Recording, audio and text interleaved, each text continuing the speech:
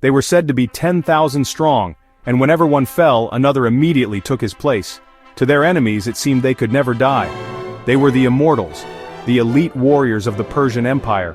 Follow Arena of Ages, where history's greatest warriors live again. Who were the Immortals? The Persian Immortals were the elite core of the Achaemenid Empire's army, serving from the 6th to the 4th centuries BCE.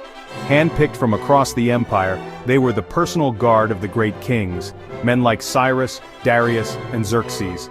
To the outside world, they were a symbol of Persian power, feared for their discipline, their numbers, and their mystique. The name Immortals, Greek historians like Herodotus gave them their famous name.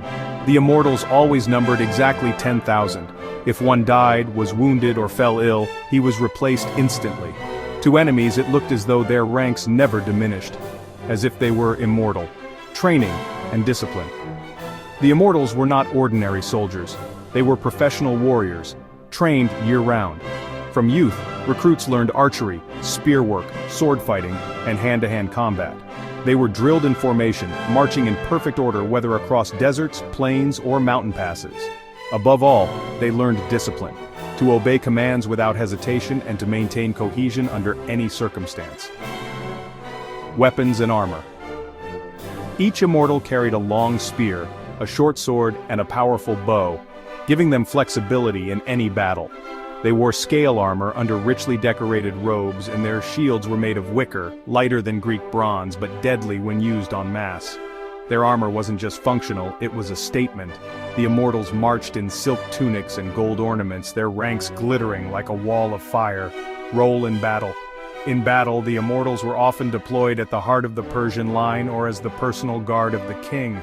They were the hammer blow of the Persian army, holding the line when others broke. At the Battle of Thermopylae, Xerxes sent the Immortals against the Spartans, believing his elite would crush them. Instead, the Spartans held, but even in defeat, the Immortals' reputation endured. Logistics and support. Part of what made the Immortals so formidable was their support. Alongside the 10,000 fighters marched thousands of servants, cooks, and even concubines, as well as herds of animals for food.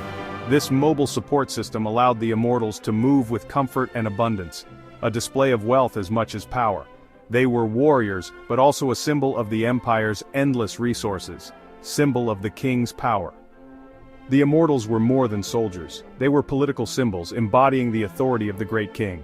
To see 10,000 Immortals march in gleaming armor, spears upright, banners flying, was to see Persia's might made flesh. Their presence alone could intimidate enemies before a single arrow was loosed. The decline.